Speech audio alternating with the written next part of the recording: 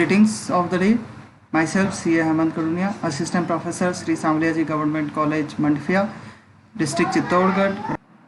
Dear students, आज हम लोग अंशों का हरण पुनः निर्गमन इसके ऊपर देखेंगे. प्रैक्टिकल क्वेश्चंस करेंगे. अब तक हम लोगों ने कंपनी अकाउंट्स के अंदर शेयर का इशू पार पे, प्रीमियम पर, उसके बाद calls in arrear, calls in advance के कंसेप्ट देखे. इससे पिछले वाले पार्ट 3 के अंदर वीडियो में हमने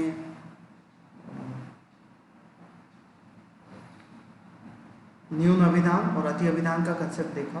तो आज हम लोग अंशों का हरण की बात करेंगे.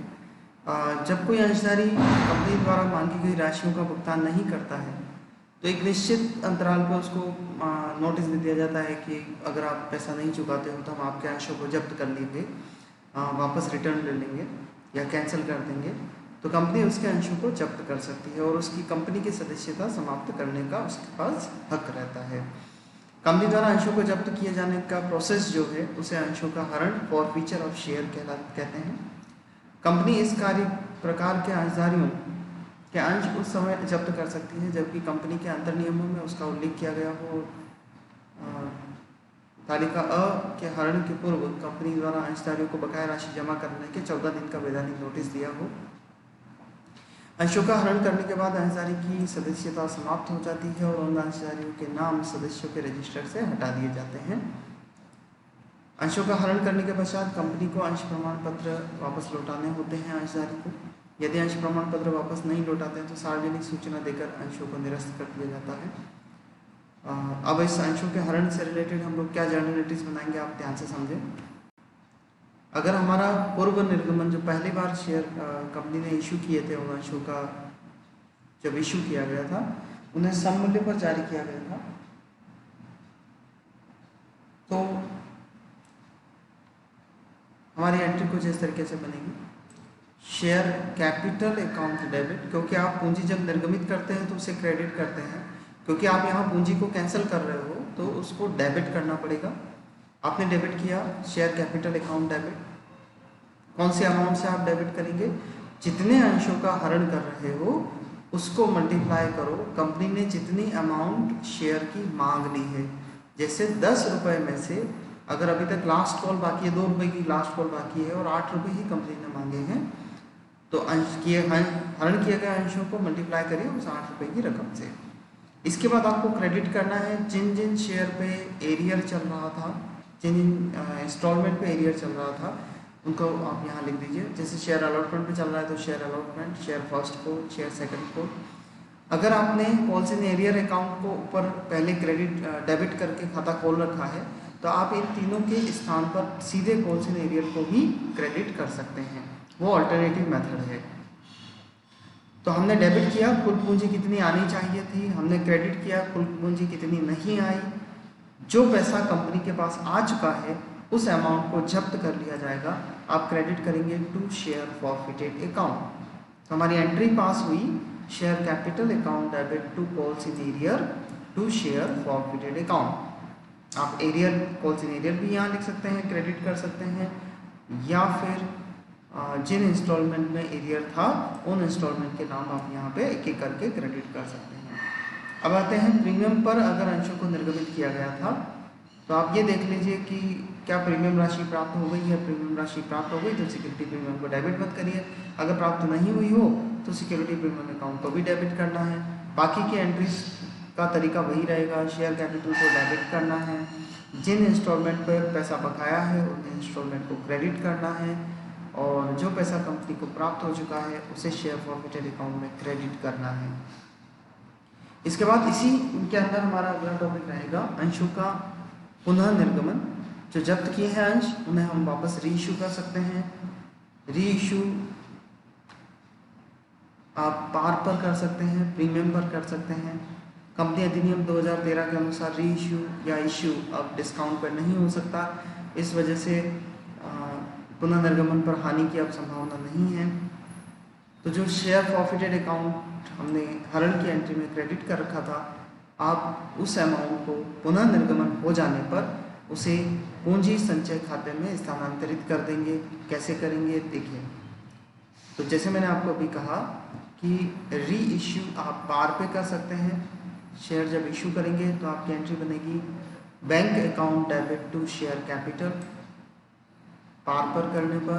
अगर प्रीमियम पर इशू कर रहे हैं, री इश्यू हो रहा है, तो आप एंट्री बनाएंगे bank account debit to share capital to securities premium.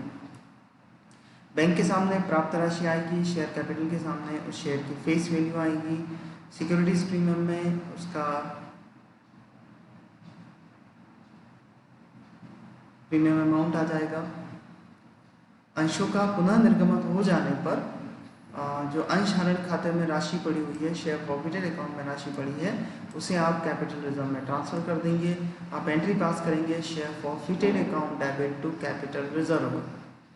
ध्यान रखो, ये एंट्री आपको तभी बनानी है जब अंशों का पुनः निर्गमन हो जाए, अन्यथा शेयर प्रॉफिटेड अकाउंट में जो राशि पड़ी हुई है उसे आप दायित्व मानेंगे और शेयर कैपिटल जब बैलेंस शीट में लिखा जाएगा उसमें यह अमाउंट ले जाकर जोड़ दिया जाएगा।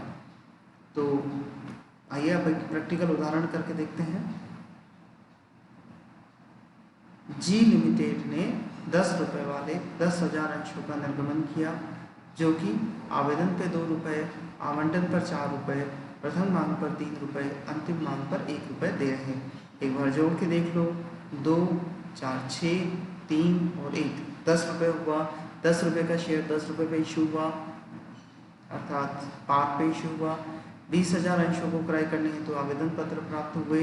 4,000 अंशों को आवेदन पत्र रद्द कर दिया गया। इसका मतलब 16,000 जो बचे एप्लीकेशन उसे यथानुपात बंटन कर दिया गया।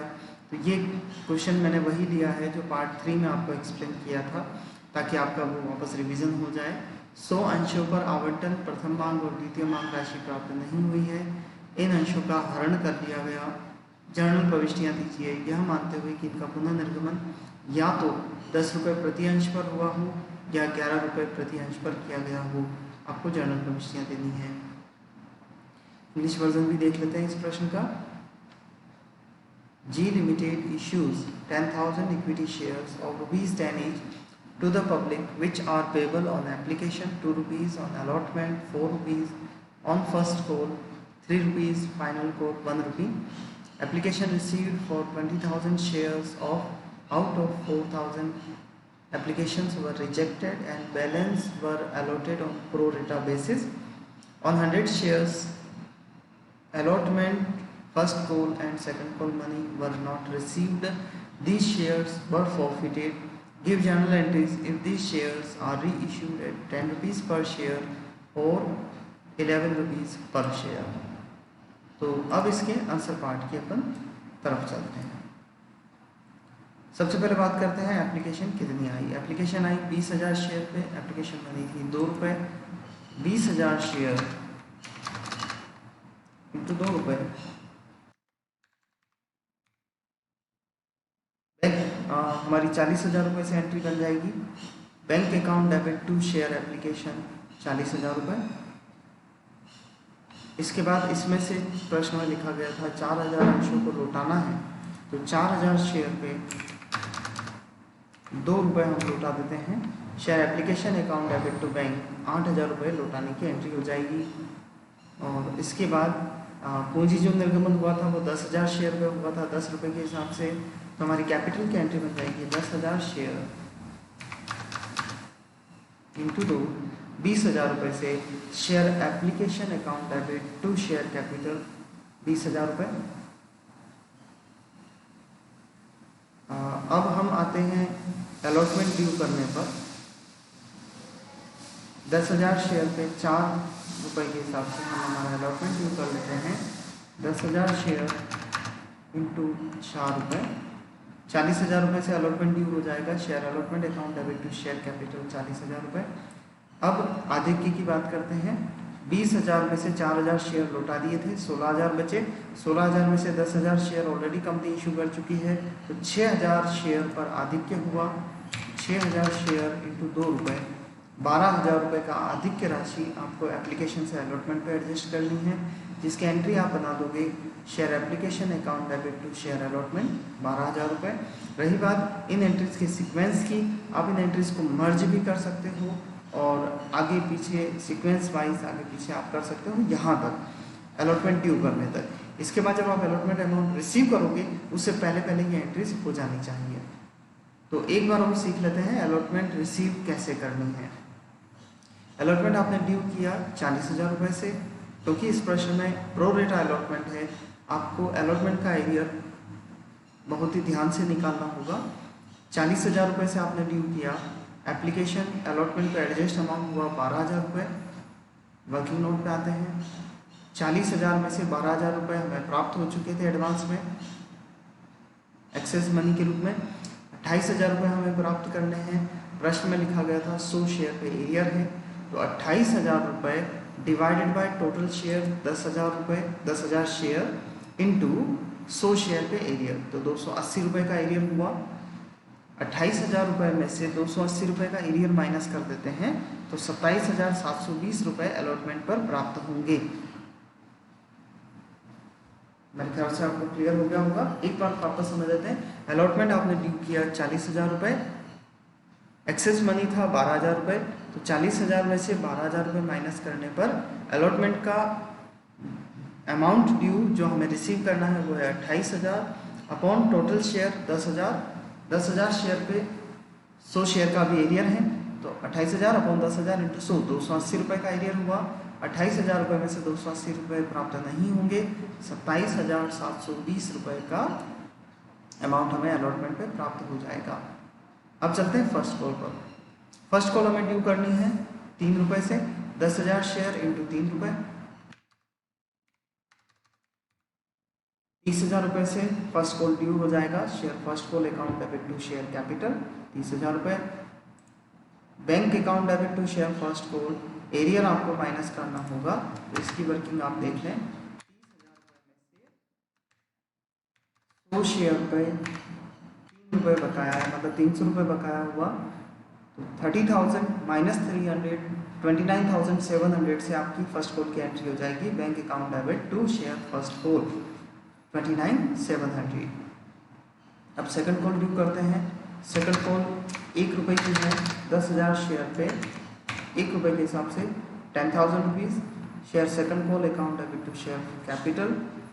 इसके बाद फर्स्ट कॉल अमाउंट आप रिसीव करोगे 10,000 शेयर पे 100, 10,000 में से 100 शेयर पर 1 रुपये के हिसाब से 100 रुपये माइनस होंगे, तो 10,000 रुपये ड्यू किया था माइनस 100 रुपये का एरियर, 9,900 रुपये प्राप्त होंगे। एंट्री हो जाएगी bank account debit to share second call 9,900 रुपये। इसके बाद आज के इस पार्ट का मेन पार्ट हरण और पुनर्निर्गमन। हमें इन 100 अंशों का हरण करना है। हरण की entry share capital account debit 100 share into कुल पैसे कंपनी ने मांग लिए हैं अब तक 10 रुपये, तो 100 शेयर इंटू 10 रुपये 1,000 रुपये से आपकी डेबिट एंट्री हो जाएगी। इसके बाद अलॉटमेंट पे एरियर जो हमने कैलकुलेट किया था वो था 280 रुपये। एक बार जाके देख लेते हैं। ये वाला अमाउंट जो हमने कैलकुलेट किया था 280 रुपये। फर्स्ट कॉल पे 300 रुपये का एरियर था, सेकंड कॉल पे 100 रुपये का एरियर था। 1,000 रुपये में से ये रुपये कंपनी को प्राप्त नहीं हुए, कुल रुपए जो कंपनी को प्राप्त हुए वो शेयर फॉरफिटेड अकाउंट 320 रुपये से क्रेडिट हो जाएगा। अब अगर हम इसको अदर वे में निकालना चाहें तो कुछ आपको ऐसे निकालना होगा कि 100 शेयर अलॉटेड है,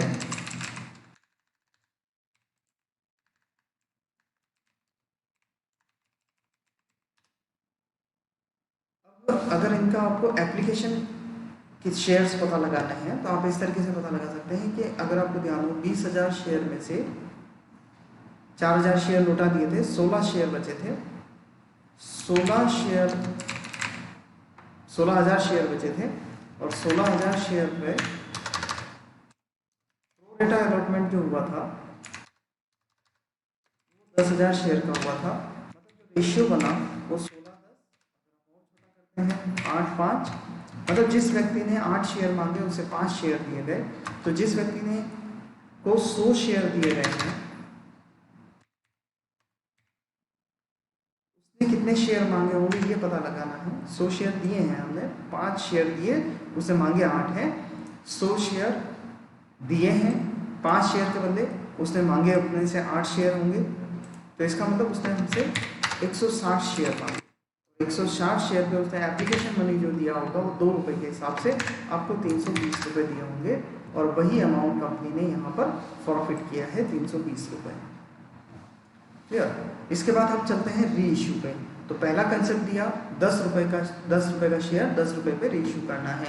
bank account debit to share capital 100 share 10 रुपये के हिसाब से री इशू कर देते हैं, 1000 रुपये, नुकसान कुछ हुआ नहीं।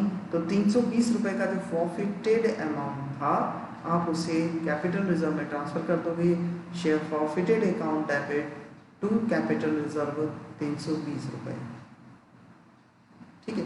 इसके बाद पार पे अगर रीइश्यू होता है तो आपको इस तरीके से कंसेप्ट फॉलो करना है।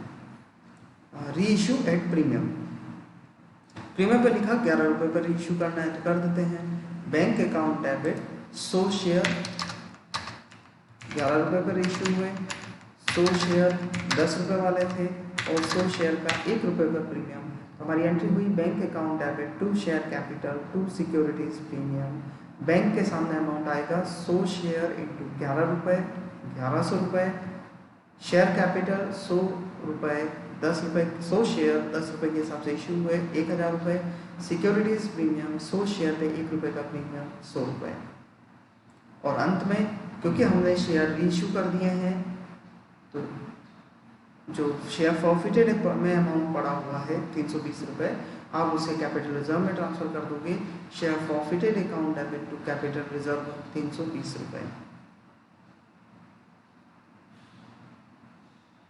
तो ये था पूरा उदाहरण। और नेक्स्ट आने वाले वीडियोस में हम लोग देखेंगे कि 100 शेयर जैसे हरण किए थे और कंपनी ने इन 100 शेयरों का हरण नहीं करा, 100 शेयर का हरण करने के बाद सभी अंश इश्यू नहीं करे, तो उस दशा में कैपिटलिज्म में कितना अमाउंट ट्रांसफर होगा ये आने वाले वीडियोस में हम लोग देखेंगे। डियर स्टूडेंट्स, इन केस आज के वीडियो में आपको कोई भी प्रैक्टिकल प्रॉब्लम आती है या कुछ भी आपको समझ में नहीं आया हो तो आप मुझे ऑफिस टाइमिंग में ये जो स्क्रीन पे आपको नंबर दिखाई दे रहे हैं इस पर व्हाट्सएप मुझे कर सकते हैं, और ईमेल से भी आप मेरे से क्वेरीज पूछ सकते हैं। ईमेल आईडी है मेरा hemankarunia@gmail.com। ठीक है, थैंक यू।